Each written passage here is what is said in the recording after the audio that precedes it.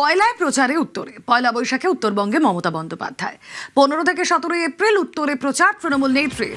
কথা বলবো, সোমরাজ বন্দ্যোপাধ্যায় রয়েছেন সঙ্গে। সোমরাজ, উত্তর অবশ্যই পাখির চোখ, বিজেপি তৃণমূল দুপক্ষেরই। মমতা বন্দ্যোপাধ্যায় বছরের শুরুই করছেন প্রচার উত্তর থেকে, কতটা সিগনিফিক্যান্ট?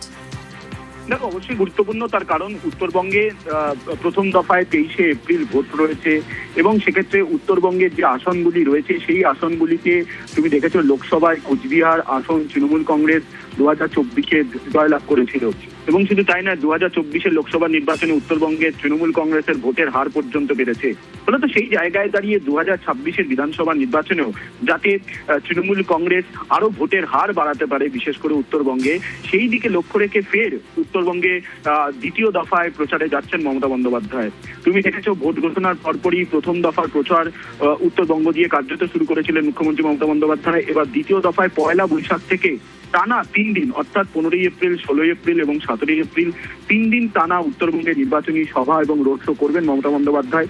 15 এপ্রিল প্রথমে ইসলামপুরে তিনি নির্বাচনী সভা করবেন, তারপর শিলিগুড়ি ও চালসায় জোড়া রোড শো করবেন মমতা বন্দ্যোপাধ্যায়। 16 এপ্রিল আলিপুরদুয়ার, কোচবিহারের দিনহাটা এবং মাথাভাঙা, এই 3টি জায়গায় নির্বাচনী সভা করবেন মমতা বন্দ্যোপাধ্যায়।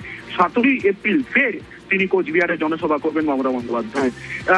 নির্বাচনের যে প্রথম দফায় ভোট অর্থাৎ 23 এপ্রিল, তার আগে উত্তরবঙ্গে ফের নির্বাচনী জনসভা ও রোড শো করতে যাচ্ছেন মমতা বন্দ্যোপাধ্যায়। তুমি জানো 14 এপ্রিল অর্থাৎ পয়লা বৈশাখের আগের দিন মমতা বন্দ্যোপাধ্যায় কালীঘাটে পুজো দেন এবং সেই মোতাবেক তিনি 14 এপ্রিল কালীঘাটে যাবেন এবং তারপরই পয়লা বৈশাখে তিনি উত্তরবঙ্গের উদ্দেশ্যে রওনা দেবেন।